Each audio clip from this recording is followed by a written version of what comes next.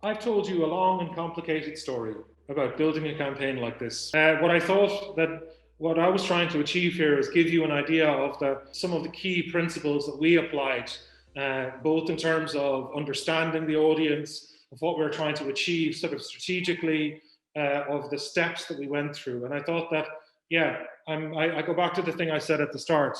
National human rights institutes are not necessarily campaigners like this, but nevertheless, I think that there might be some principles or ideas that might be useful for you in your work. The questions that come up all the time when we talk about our work is, what does it realistically take to move the public debate, right? So one campaign isn't going to do it, right? You know, the best that we could hope to achieve, even if Juma had the resources and the money to really do push something in the media, is to be in the media for like 2 or 3 media cycles, right? But that means we need repetition, we need more people, we need to sort of like keep pushing on this. And this is where I'm going to close. When we're talking about campaigning today, but the idea of strategic communications is an idea actually that it's not going to be enough to only sort of, once every year put out campaigns, right? You have to think of this as a kind of like a shared goal for many actors. Think about this idea of like the first level here of building presence. So these narratives need to be present, and I mean in a repeated way.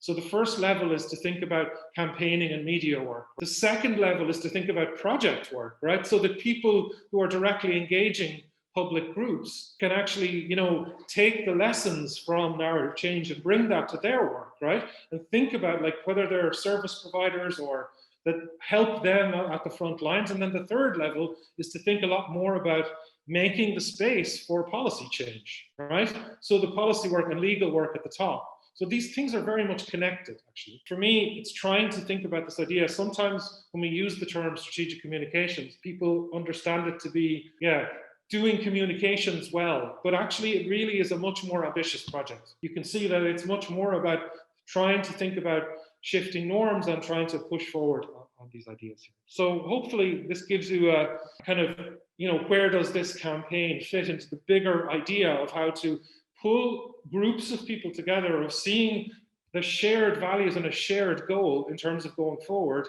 And I go back, I'll finish with this last slide, and of thinking a little bit more about what's your piece of the puzzle, like what's the bit that you can do well, right? So as national human rights organizations, right?